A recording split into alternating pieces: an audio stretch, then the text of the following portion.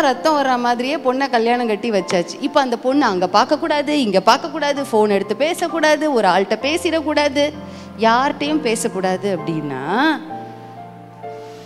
மறந்துட வேண்டாம். வேதம் வெரி பிளெயின் ஆன்சர்.